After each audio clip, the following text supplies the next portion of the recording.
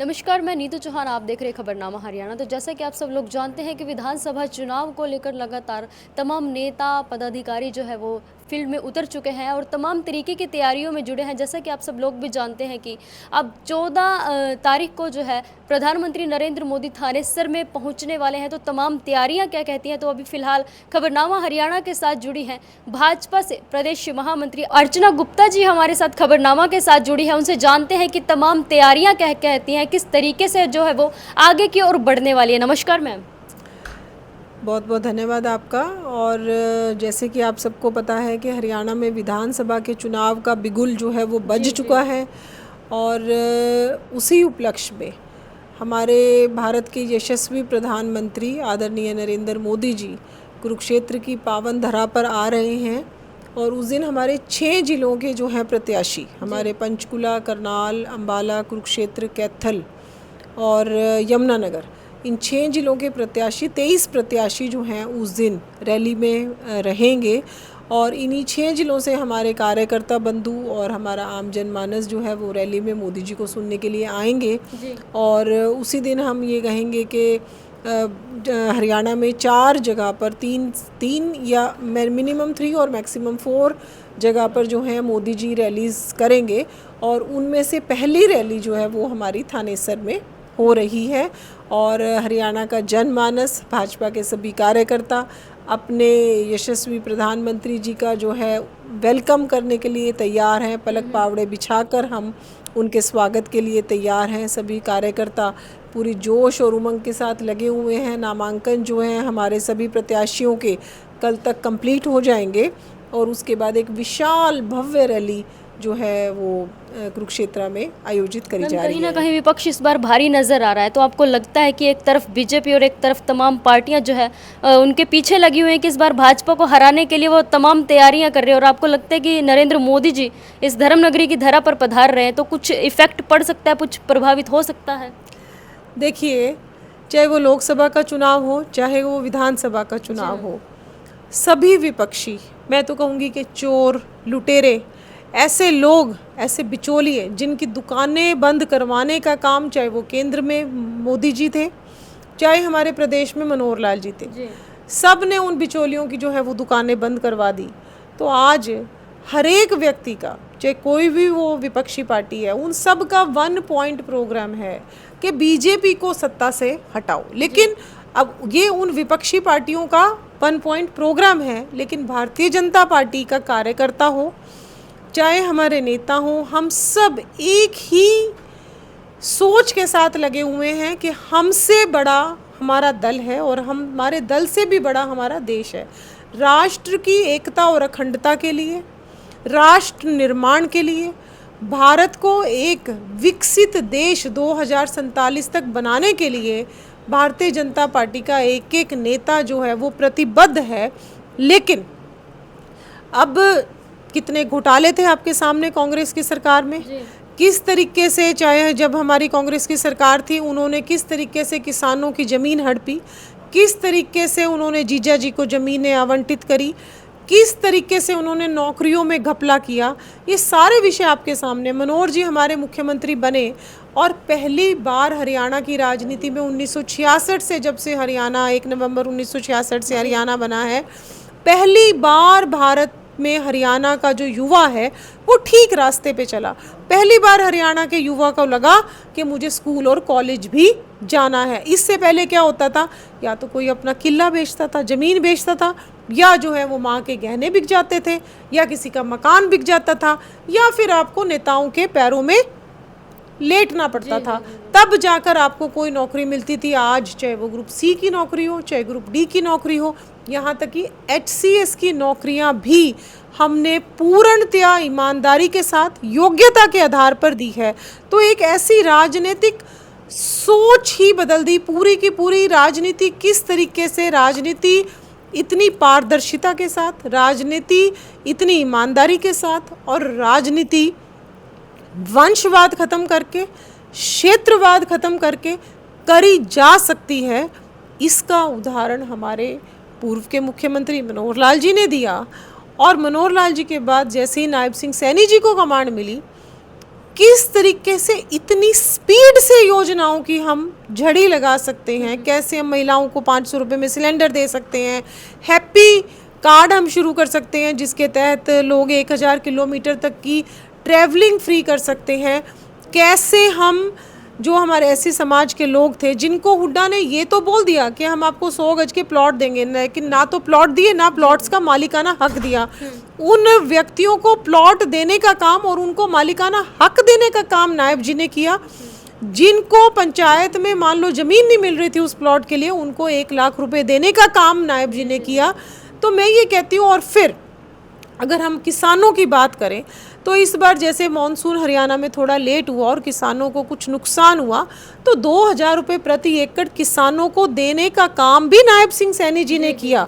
और इससे पहले चाहे आप पूरे भारत में कहीं देखते, किसान कभी कभी भूख से मर जाता था, लेकिन किसानों को किसी तरीके की दिक्कत ना आए और उनका कोई छोटा मोटा खर्चा हो तो उनको किसी के आगे हाथ ना फैलाना पड़े, उसकी चिंता करते हुए मोदी जी ने 6000 रुपये सालाना किसानों को 3 किश्तों में देने का काम किया।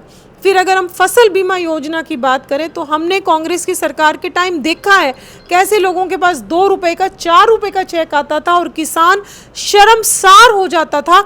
उसकी चिंता भी हमारे मुख्यमंत्री जी ने, पहले चाहे पुराने मुख्यमंत्री मनोहर जी थे चाहे अब नायब जी, उन्होंने चिंता करी कि किसानों को उनकी फसलों का मुआवजा जो है, जो बनता है, वो मिलना चाहिए। और सबसे बड़ी बात, जो किसानों ने पूरे भारत में एक आंदोलन किया कि एमएसपी पर कानून बनना चाहिए, वो कानून नायब जी ने करके दिखाया। पूरे भारत में हरियाणा पहली बार ऐसा राज्य बना, चाहे किसान अपने खेत में कुछ भी बोए, हर दाने को हरियाणा सरकार खरीदेगी। 24 फसलों पर एमएसपी देने वाला पहला राज्य हरियाणा जो है राज्य बना। तो एक ऐसी सरकार जो किसान के साथ खड़ी है, जो युवा के साथ खड़ी है, जो महिला के साथ खड़ी है, जो शोषित और वंचित लोगों के साथ खड़ी है, जो ऐसी समाज के साथ खड़ी है। तो लेकिन हाँ, एक नुकसान तो बहुत बड़ा हुआ है भारतीय जनता पार्टी की सरकार से, क्योंकि बहुत सारे बिचौलियों की दुकानें बंद हो गई हैं और वही उन बिचौलियों को तकलीफ है। बहुत सारे घोटाले होने बंद हो गए हैं और उन सब की जो तकलीफ है, उन सब की तकलीफ़ों को जितनी भी हमारी विपक्षी पार्टियां हैं, आज ये चाहे राहुल गांधी की बात अगर हम करें, भर्ती रोको गैंग कि अच्छी भली नौकरियां लोगों को मिल रही हैं लेकिन हमने नौकरी मिलने नहीं देनी, भर्ती रोको गैंग वो बना।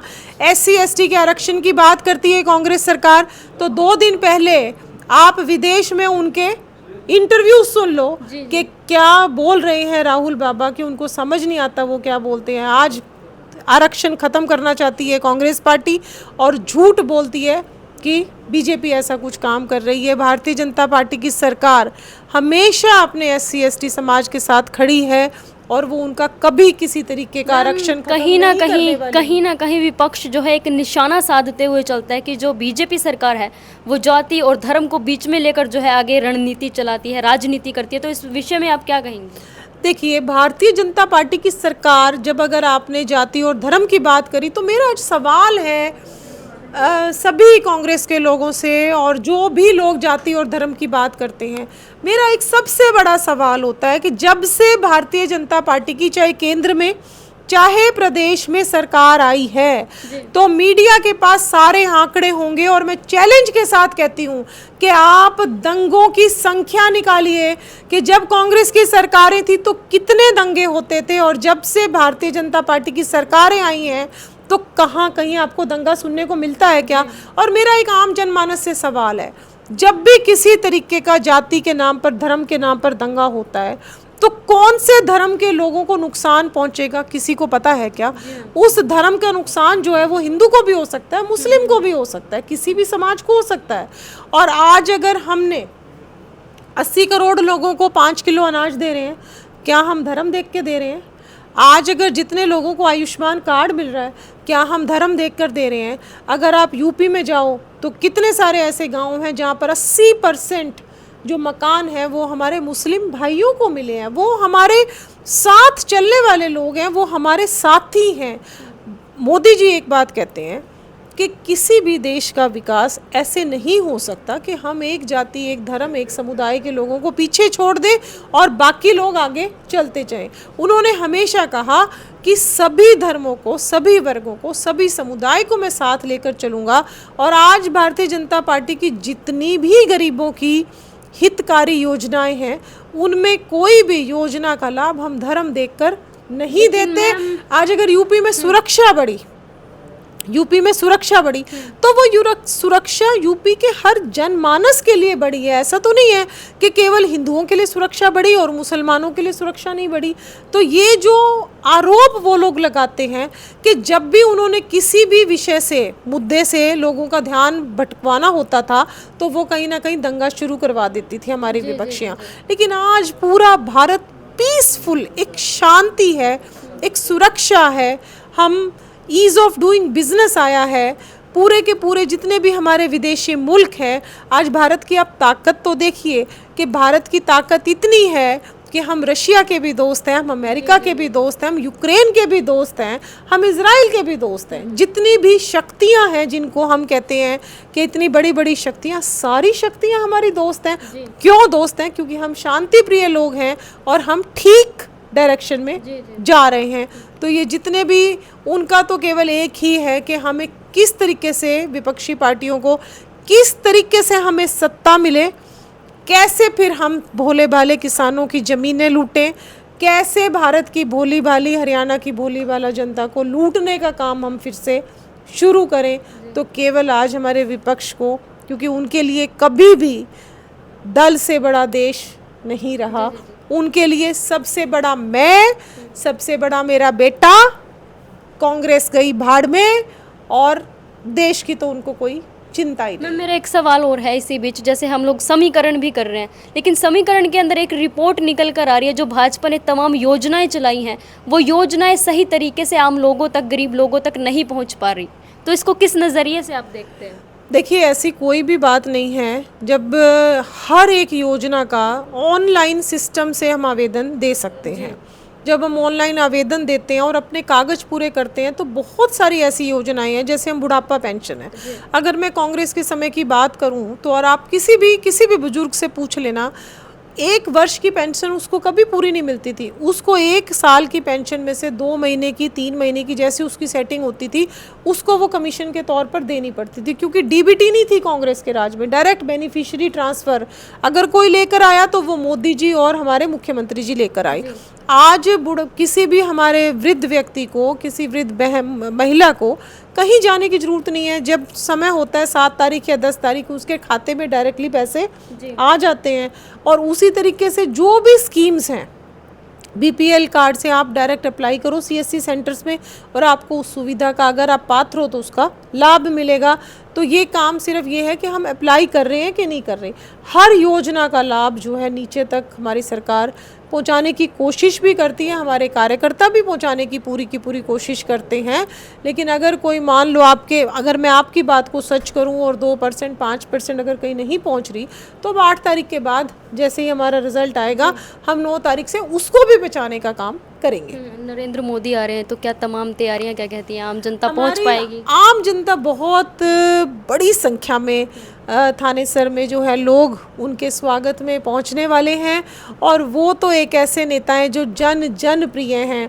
तो हम तो बस आपके चैनल के माध्यम से सब तक ये सूचना दे रहे हैं कि आपके अपने प्रधानमंत्री, आपके अपने नरेंद्र भाई मोदी हरियाणा की धरती पर आ रहे हैं। वो हमारे यहाँ के प्रभारी भी रहे, उन्होंने हरियाणा में काफ़ी वर्ष बिताए हैं।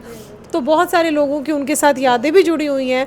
तो मैं तो सिर्फ आपके चैनल के माध्यम से सभी को 14 तारीख को मोदी जी के स्वागत के लिए, आप सभी 14 तारीख को थानेसर 2 बजे पहुँचे, ये मेरी सभी से करबद्ध प्रार्थना है। धन्यवाद।